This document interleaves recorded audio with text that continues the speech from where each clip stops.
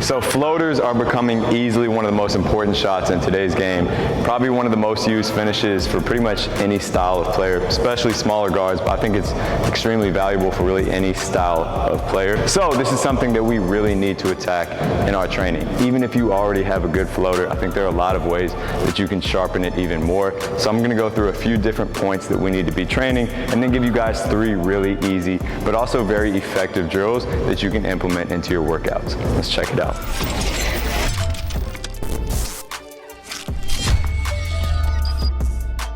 So the first thing I think is huge in our training for floaters is learning to control our momentum in a bunch of different angles as we shoot those floaters. So a lot of the time we'll be coming in maybe to the side here, right? We're gonna have to avoid a defender. They step up, we have to jump one way or the other. A lot of the time when we train floaters, it's pretty stationary, we're just kind of jumping forward into it. But again, going back to controlling that momentum, a lot of the times the reason why we're shooting a floater in the first place is because the defender steps up, and we have to control our momentum, otherwise it's going to be a charge.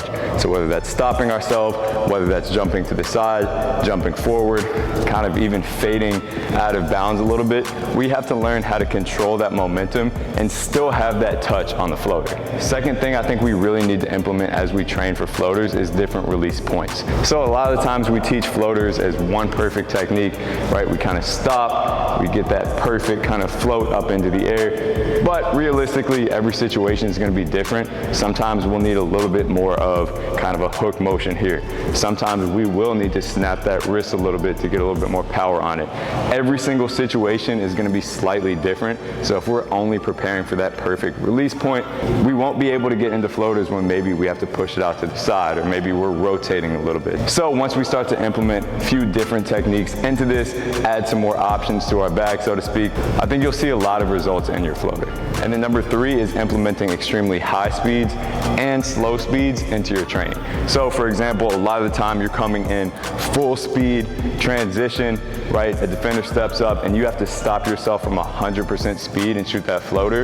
A lot of the time we don't get to that in training, so it's tough to do in a game. On the other side of that, sometimes we're coming off a pick and roll.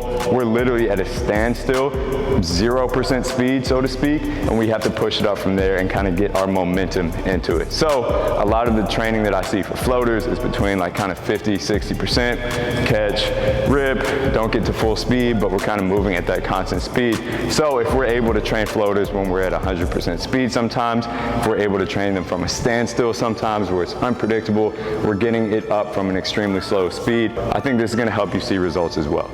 Let's get into 3 drills that will help you a ton. So the first drill here fits under that controlling your momentum umbrella. So we're starting off pretty basic here, easy enough from a stationary standpoint.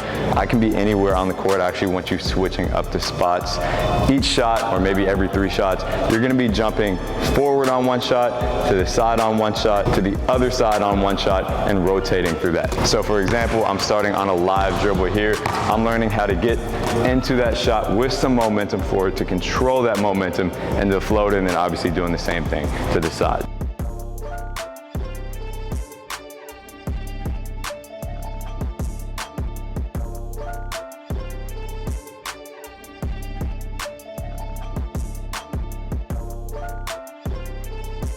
So most times, again, when we're training our floater, we'll kind of start here, jump straight up and down. Again, I want you really learning how to use momentum to your advantage when you're shooting these floaters, and that's exactly why we'll progress it into a moving variation. So now, even if you want to start off at a slower speed and get accustomed to it, I'm okay with that. But by the end of the drill, I want you really driving in hard, shooting one moving forward, one moving left, and one moving right, kind of exaggerating your momentum on all these.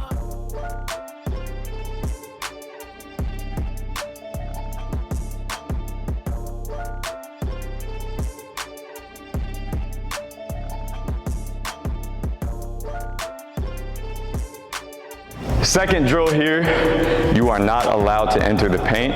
All right, so this is forcing you to shoot a little bit further back for these floaters.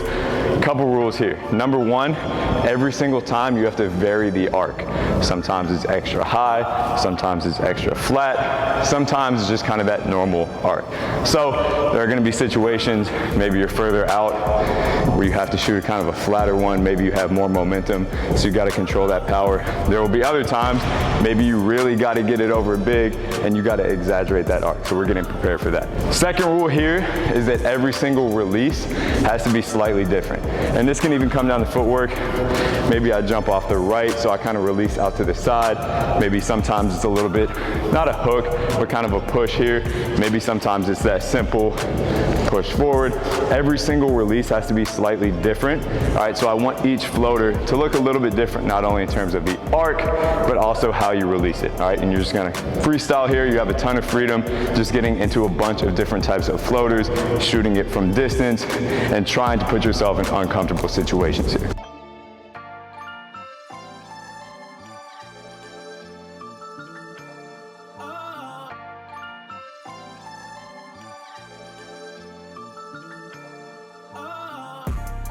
Third and final one here, I'm gonna have you going at full speed. So going back to what we talked about in point number 3, I really want you developing some speed into this. You're going across the court here. So I'm starting on the sideline, getting into a full speed here. I'm right-handed, obviously, so I'm gonna have to rotate this way. All right, if you're a lefty, you'd be doing more of a full rotation here. Same thing when I'm coming in from the opposite side. The big key here is that we're able to control that rotation at a high speed, which is tough. You'll see that it's tough, all right, coming in from the sideline, so we're literally going across and having to kind of rotate and shoot it towards that basket here. Check it out.